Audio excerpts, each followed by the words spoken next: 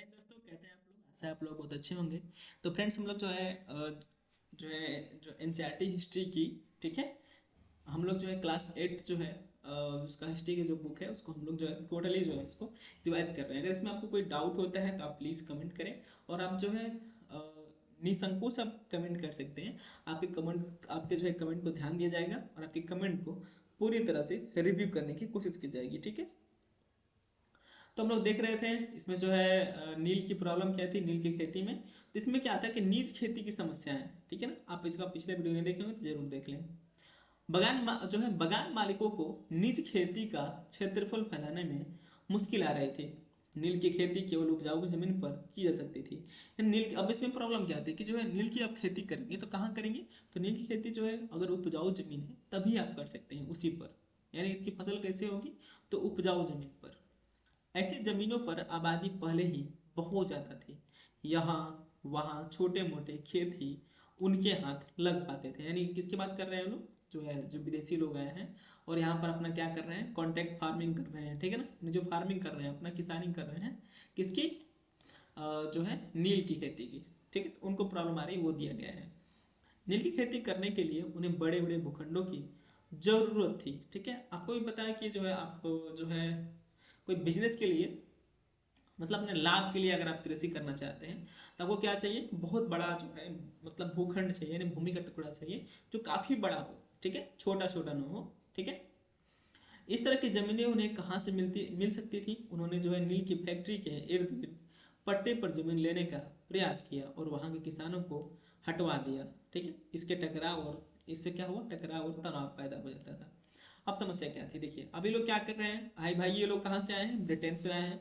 और ब्रिटेन से आए हैं ये लोग यहाँ पर बिजनेस करने के लिए कि, और जो है इन्वेस्ट किस में कर रहे हैं? नील की खेती में। और नील की खेती कहाँ हो रही है? तो नील की खेती आप वहीं कर सकती हैं जहां पर उपजाऊ जमीन होगा, ठीक है। और जो है उपजाऊ जमीन होगा। और उपजाऊ जमीन आपको पता है कि पहले से ही बहुत कम रहती है। उपजाऊ जमीन आपको जो है बहुत सीमित मात्रा में मिलेगी। और और मान लीजिए अगर आप जो है बिजनेस के लिए खेती कर रहे हैं तो आपको जो है खेती का बहुत बड़ा टुकड़ा चाहिए। छोटे छोटे टुकड़े से नहीं कुछ हो पाएगा, ठीक है। तो इसमें जो है समस्याएं आने लगती थी। अब ये लोग क्या करेंगे? जो आए हैं जो फार्मिंग करने के लिए आए हैं, जो विदेशी लोग हैं, तो इनको बड़ी बड़ी जमीनें चाहिए। तो ये क्या करेंगे? कुछ जमीन को पट्टे पर लेंगे और पट्टे पर लेंगे तो वहां पर जो आबादी होगी, जो वहां पर किसान रह रहे होंगे, जो वहां पर मजदूर रह रहा होगा, उसको हटाएंगे ये लोग। तो हटाएंगे तो वहां पर तनाव पैदा होगा ना, ठीक है। और इसी में क्या होता था? तो टकराव होता था। मजदूरों को इंतजाम करना भी आसान नहीं था।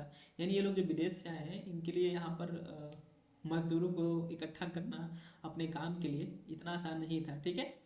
मजदूरों की जरूरत भी सबसे ज्यादा उसी समय होती थी जब किसान धान की धान जो है धन की खेती में व्यस्त रहते थे। यानी किसकी?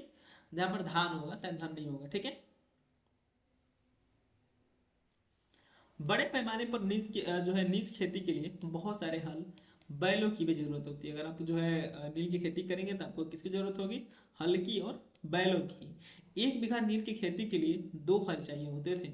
इसका मतलब यह है अगर किसी बगान मालिक के पास 1000 बीघा जमीन है, सोच रहे हैं, 1000 बीघा जमीन है तो उसे 2000 हलों की जरूरत पड़ती थी। हलों को खरीदना और उनका रख रखाव एक बड़ी समस्या होती थी। किसानों से भी हल नहीं मिल सकते थे, उन्हें अपने लिए ही इन चीज़ों की जरूरत होती थी। यानी जो किसान है वो किसान क्या करते थे? ये अपनी भी तो खेती करते थे ना, अपना भी तो पेट पालना है इन लोगों को। तो इन लोगों से क्या है कि अब ये लोग जो है मतलब इन लोगों से वो जो है हल खरीदना आसान बात नहीं था, क्योंकि बहुत जो है ज़्यादा मात्रा में हलों की जरूरत पड़ती है। क्योंकि उसमें आपको पता है कि इतना जो है कृषि का विकास नहीं हुआ था, टेक्नोलॉजी का विकास नहीं हुई थी। इसमें आपको पता होगा, कुछ बच्चे को भी नहीं पता होगा, बता दे रहे हैं कि पहले खेती कैसे होती थी? तो हल के माध्यम से, ठीक है, ऐसे रहेगा, ठीक है ना। ये थोड़ा सा ऐसे मान लीजिए, ठीक है। तो यहाँ पर मान लीजिए 2 बैल बना दिए गए और 2 बैल क्या करेंगे? इसको खींचेंगे तो ये क्या होगा? पूरा का पूरी जो है भूमि होगी इसी से जुताई होगी। तो आप भी कल्पना करिए कि 2 बैल जो है कितना खेत जोत पाएंगे? टाइम लगेगा ना, ठीक है। इसलिए क्या चाहिए? जो है हल की और बैलों की जरूरत ज़्यादा थी, उनको इकट्ठा भी करना बहुत आसान बात नहीं था। जिस समय नील उत्पादकों को जरूरत होती थी उसी समय किसानों के हल बैल भी चावल के खेतों में व्यस्त रहते थे, ठीक है। यहाँ पर क्या था? तो धान होगा, ठीक है ना।